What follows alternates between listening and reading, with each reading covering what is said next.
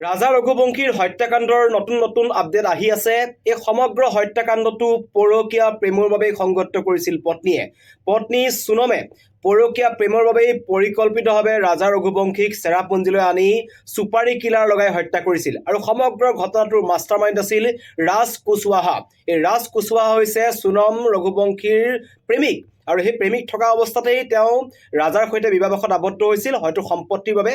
আৰু বিয়াৰ পিছতেই প্ৰেমিকাৰে মিলি ৰাজা কুশৱাহাৰ সৈতে মিলি তেওঁ কেনেকৈ ৰাজা ৰঘুবংশীক হত্যা কৰিব পাৰি তাৰ তেওঁলোকে এটা পৰিকল্পনা কৰিছিল। আৰু পৰিকল্পনা মতেই বিকি ঠাকুৰ, আকাশ আৰু আনন্দ এই তিনিজনৰ লগত লগ লাগি পেলাই ৰাজা কুশৱাহে আহি মেঘালয়ত তেওঁলোকক হত্যা কৰিছিল। ইতিমধ্যে গ্ৰেপ্তাৰ কৰিছে বিকি ঠাকুৰ, আনন্দ আৰু আকাশক।